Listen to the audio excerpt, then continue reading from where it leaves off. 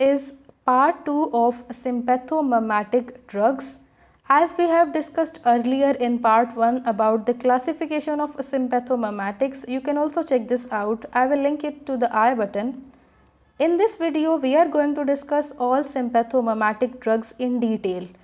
So let's start our discussion with direct acting agonists, in which epinephrine is the prototype drug of the class, a catecholamine, naturally occurring neurotransmitter, and it acts on both alpha and beta receptors.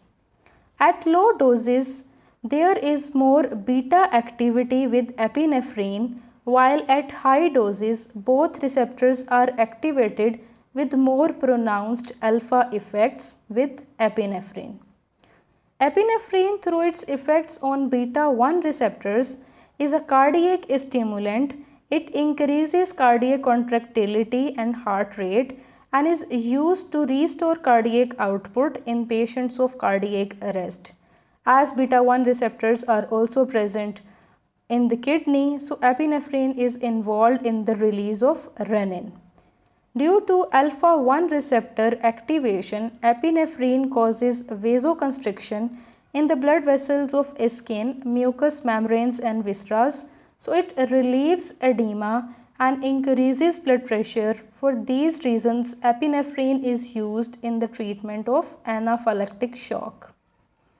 Due to the activation of beta 2 receptors, epinephrine causes vasodilation in skeletal muscles and liver, and the combined effect of alpha 1 and beta 2 activation is increase in systolic blood pressure with a slight decrease in diastolic blood pressure due to the beta 2 receptor mediated vasodilation.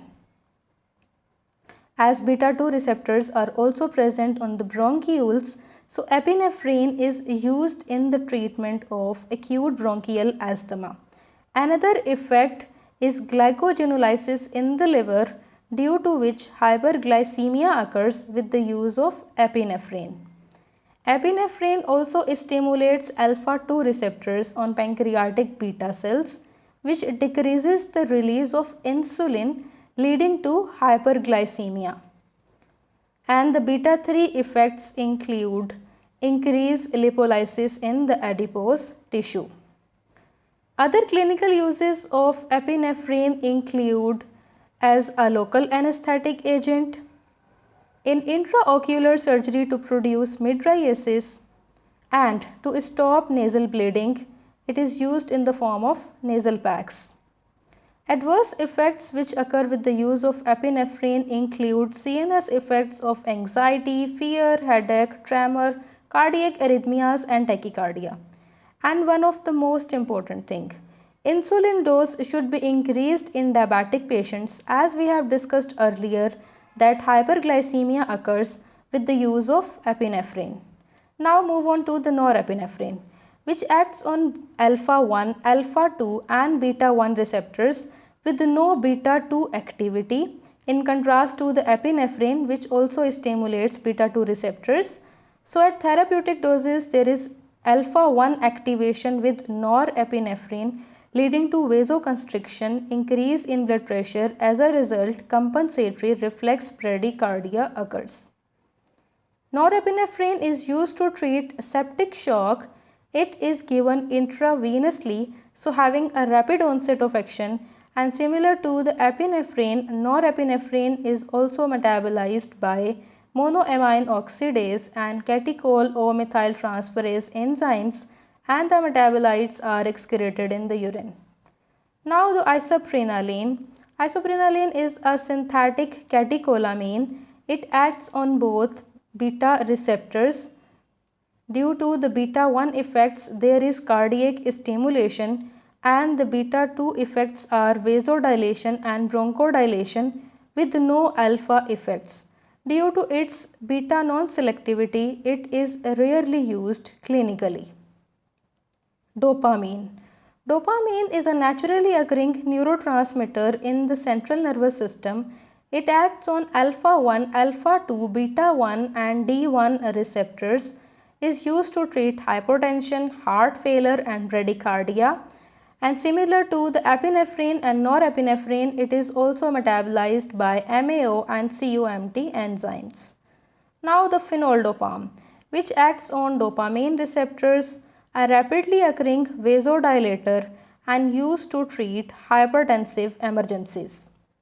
Dobutamine, which is a beta 1 selective agonist, so cardiac stimulation and positive inotropic effects occur and is used to treat congestive cardiac failure.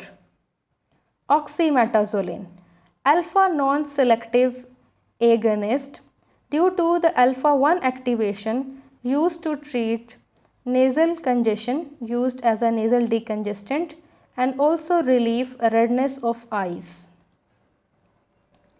Phenylephrine. Phenylephrine is alpha 1 selective, so the effects are vasoconstriction, increased blood pressure and reflex bradycardia, so used to treat paroxysmal supraventricular tachycardia. Also used as a nasal decongestant and as a mydriatic agent in ophthalmology. Clonidine. Clonidine is alpha 2 selective agonist, so it decreases the sympathetic outflow and used as an antihypertensive agent, minimizes the withdrawal symptoms of opiates and benzodiazepines and is used to manage attention deficit hyperactivity disorder. Now albuterol, terbutaline and metoprolol are short-acting beta 2 agonists, so used as bronchodilators. Also, terbutaline is used as a uterine relaxant to prevent preterm labor, and adverse effects with these agents include tremor, restlessness, palpitations and reflex tachycardia due to mild beta 1 activation. Salmeterol and formoterol are long-acting beta 2 agonists, bronchodilators used to treat asthma and COPD via the inhalational route. Mirabegron, which is a beta 3 selective agonist, it relaxes the detrusor muscle of the bladder, so used to treat overactive bladder. Now we move on to the indirect acting agonist, in which we have amphetamine, which is a releaser of stored catecholamines, a CNS stimulant used to treat attention deficit hyperactivity disorder and narcolepsy, and also used as an appetite suppressor. Tyramine. Tyramine is found in food products like aged cheese. It displaces the stored catecholamines, while the use of tyramine is contraindicated with the monoamine oxidase enzyme inhibitors, as the combined use can lead to the hypertensive crisis. Lastly, we have cocaine, which is the reuptake inhibitor of catecholamines, a CNS stimulant and also used as a local anesthetic agent. Now mixed acting agonists, in which we have ephedrine, which is used to control hypotension in spinal anesthesia patients, a bronchodilator and mild CNS stimulant. And lastly, pseudoephedrine, a mixed acting agonist used as a nasal decongestant. So that's all about sympathomimetic drugs. I hope you enjoyed the video. Please hit the like button, subscribe to the channel, leave a comment below if you find any problem, and thanks for watching.